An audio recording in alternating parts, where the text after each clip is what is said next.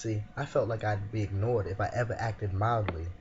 I've always been the truthful type, so many niggas despise me. But have you ever walked in my shoes and have you ever seen what my eyes seen?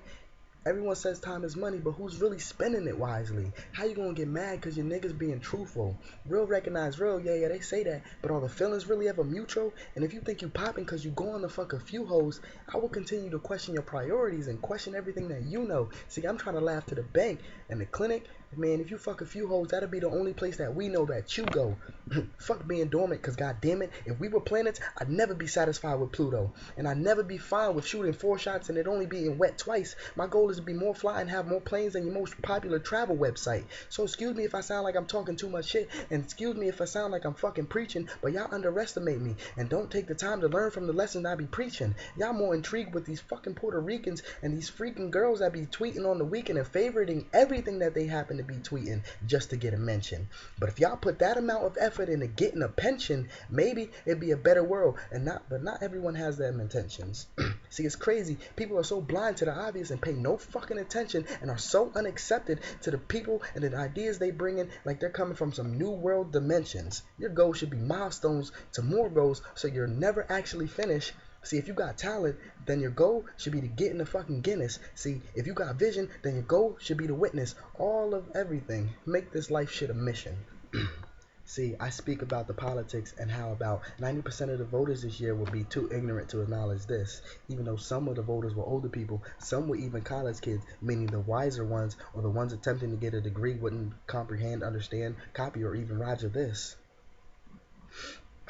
People be talking about I'm black, Team Obama. I'm not voting for that Jimmy Crack Corn, but if I asked, half of them couldn't understand anything about the Democratic platform. Now that's a big problem, like a white man who's racist in an all-black chat forum. So do some research on the platforms so when you're talking politics, it doesn't sound like a lot of shit to Barack when you chat for him. See, I feel that politics try to hide a lot of shit, but a lot of kids are too blind to acknowledge it. So what makes politics any different from some college kid who's cheating on a lot of chicks? Because he's also hiding a lot of shit and it's plotting shit. But if you don't take action, why speak? You knew they weren't monogamous. There I go again, getting off topic shit. You look up the people that got a hold of a lot of nukes and a whole lot of anthrax, but you just riding the wrong, like you going back to Philly on the Amtrak. This last one, this is like has nothing to do with the other two, but I'm gonna just throw this in there. It's more like a story, not even a poem, it just rhymes.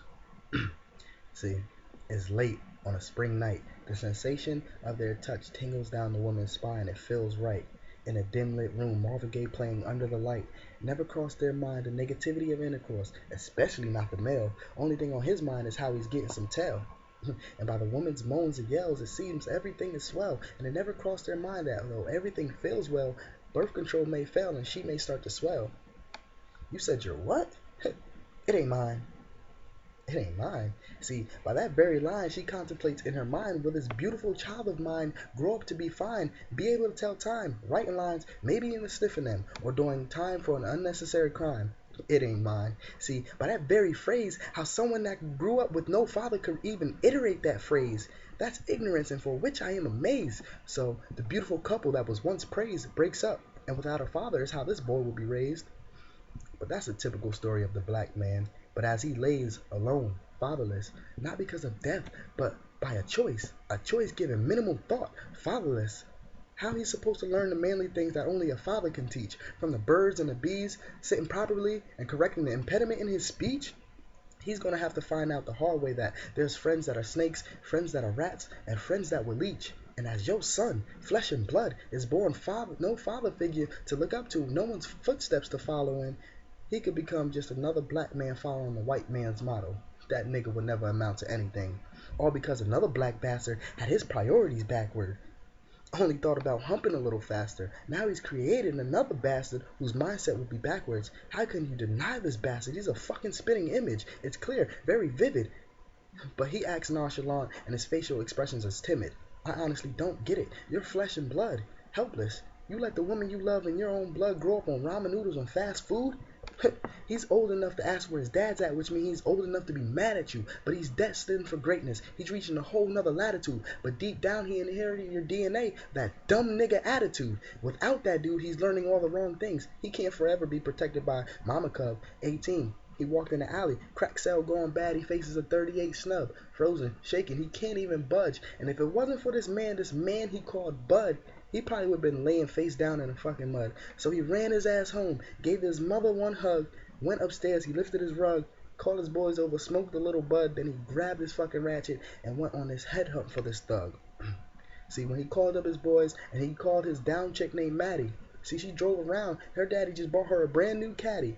So he stepped out the car, blasted his dude, and the dude dropped right in front of Maddie. Next day, he watches the news. His mom runs in and says, someone just killed your daddy. And tears start to fall to her eyes. She says, where were you? And all you can do is lie. Try to tell yourself you're okay because you didn't even know this guy. And as you watch your mother have the sniffles in her nose, all you can think about is the love he never showed.